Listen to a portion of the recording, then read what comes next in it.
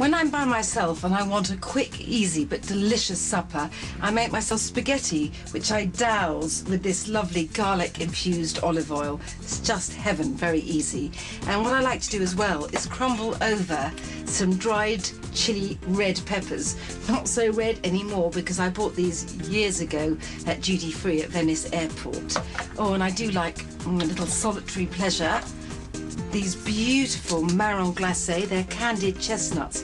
Look at this treasure trove, all these gold foil wrapped nuggets. They are so delicious, but a real extravagance. When I want to indulge myself, I don't go for some pampering spa treatment. I make these my special chocolate pots. Obviously, you start with chocolate. Indeed, you end with chocolate, and it's chocolate all the way through. Not bad.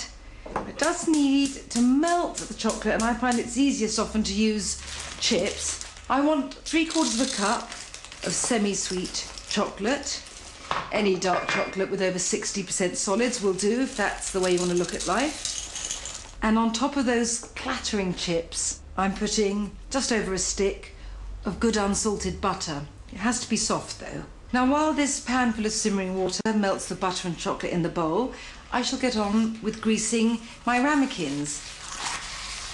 And I do this always the way my granny did, which is by keeping butter wrappers and using them to grease cake tins or pots like this. Now, this is exactly what I wanted. I mean, who wouldn't want this? Look at this ravishing pool of chocolate. It's quite mesmeric. But I'm going to put it aside to cool, and then I can get on with making the chocolate pots. When I first made these for my children, about 3 years ago, I didn't know what to call them. And my son, with the unerring logic of a 6-year-old as he was then, said, oh, Choco Hotto pots. Got chocolate, you eat them hot, and you put them in pots. So, of course, I went with it. On top of these 2 eggs, I need 3/4 of a cup of sugar. And I know it sounds like a lot, but I'm using dark chocolate, so there's not an awful lot of sugar there. Whisker.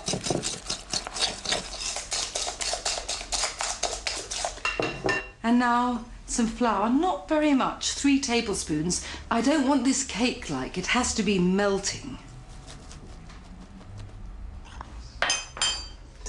That can just mix in now.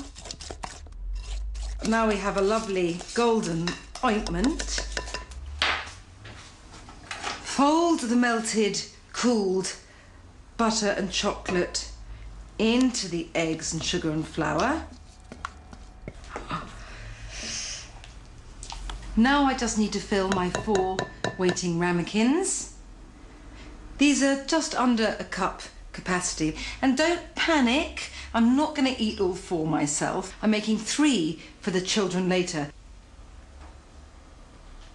Yum. Those 3 can be stashed away for later.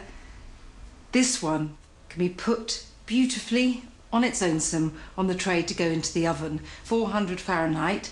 It'll need about 20 minutes, and you'll tell when it's cooked because the top will be quite cracked, a bit like a macaroon, but underneath it will be so invitingly gooey.